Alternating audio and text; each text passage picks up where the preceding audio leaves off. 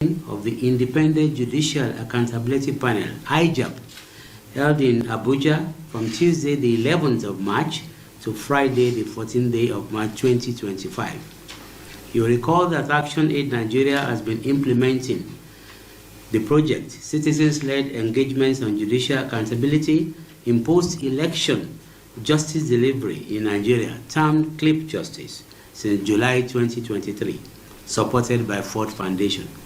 This is a project designed to promote accountability in post-election justice delivery by increasing civic consciousness, participation, and engagement in electoral adjudication processes. Through citizen-led actions, the project aims to hold tribunals and court judges accountable for transparent justice delivery, ultimately contributing to long-term judicial independence in Nigeria's electoral processes. However, the project is evolving into one that supports citizens' actions toward judicial accountability, which will not be limited to electoral matters. To ensure the success of the project, an earlier technical working group, TWG, has now been expanded and resignated as Independent Judicial Accountability Panel, IJAP. The panel consists of renowned retired justices of the Court of Appeal, academics, legal practitioners, and development professionals, with a track record of transparent leadership in legal matters, to conduct periodical technical reviews of not only electoral cases, but other important cases, to develop advisories on ways to improve the judicial process and citizens' participation in promoting accountability. Members of the panel are the Honorable Justice Mojeed Owoade, retired Justice of the Court of Appeal, the Honorable Justice Chinwe Yizoba, retired Justice of the Court of Appeal, the Honorable Justice Oludotun Okoji, retired Justice of the Court of Appeal, Professor Okechukwu Ibianu, Professor Jumai Audi, Mr. Mark Imoni Amarere, Barrister Secha Sokwa, Andrew Memudu, the Country Director, Judith Bagidi, Barrister Fumi Olukeye, and Celestine Okudi-Leodo. In line with its mandate, IJAP held its inaugural meeting in Abuja from Tuesday, the 11th March 25 to Friday, the 14th March 25. Amongst the cases considered was the analysis of some recent cases of public interest determined by the Supreme Court and the ECOWAS Court, capable of informing citizen-led action on judicial accountability. 3 such cases were considered. The first is the Rivers State House of Assembly and Speaker and Government of Rivers State and others. Then the second is the All Progressive Congress APC and Rivers State Independent Electoral Commission and others. These are very recent cases, as you could see.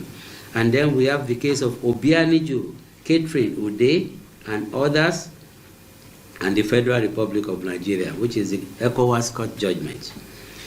After exhaustive analysis of the judgments, IJAP made the following key observations and recommendations.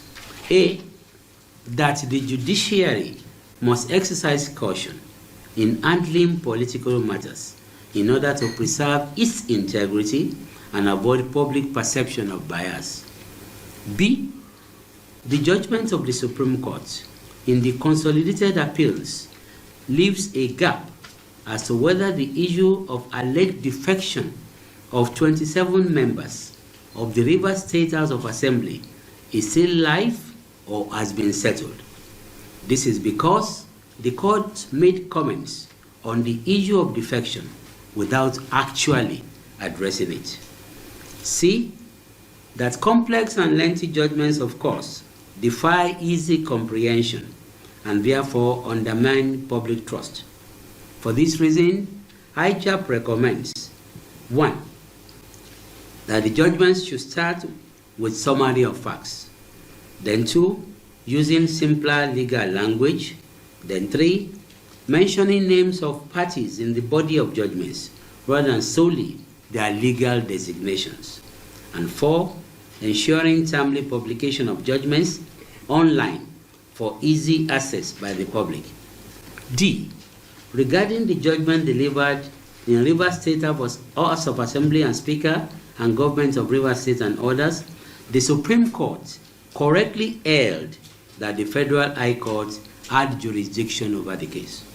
C, regarding the judgment delivered in APC and Rivers State and Independent Electoral Commission and others, again, we believe that the Supreme Court correctly held that the Federal High Court had jurisdiction. F, in that case, however, the court missed an opportunity to clarify key legal provisions regarding the procedure for local government elections, which the Court of Appeal in the same case extensively dealt with. Also, the court granted all reliefs, that is the Supreme Court, based on affidavit evidence alone, without addressing legal interpretations thoroughly. G, that lawyers must prioritize diligence and truthfulness instead of pursuing frivolous matters in court, in the Supreme Court. The simple answer is no. As far as that case is concerned, the Supreme Court is functus officio. They have done their bit, that's one stage. What we call gap was because they made comments on defection, and we're not too sure whether they actually considered any appeal or cross-appeal on the defection. But their attitude was that because of previous decisions which they have seen, that is High Court of Rivers State and Court of Appeal relating to defection, they know that as of the time of writing, they cannot say that 27 members are not members of the Assembly. So other issues may still come out from that case from other litigation, but that is what we call the gap. The gap is that, what did you make that comment? Did you make a final pronouncement on that particular issue or not? Are we together, Godwin? Yeah. Okay. And then we, of course, my brother here will take the citizens' activities. Someone mentioned corruption. I'd like to hear your first name again. What do we do about corruption? Corruption in all places. Difficult to prove. We are not there. We will not be able to say. But if you look at our recommendations, we say that at all times, the justices should abide with their oaths of office, you know?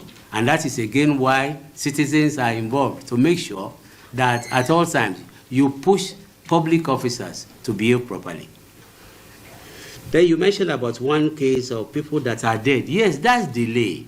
We have consistently addressed the problem of delay in this engagement. For example, at the technical working group of the CLIP Justice program, we suggested all sorts of ways to avoid the delays and even conflicting judgments. That is, circulation of those judgments on time, so that when you read a judgment, you will not, it wouldn't have to be in conflict with the one that you are deciding. It's about information and circulation. Although, of course, we went as far as when there are proven almost deliberate conflicting decisions, NJC should intervene. Are we together? Thank you. Yes, on that sounds.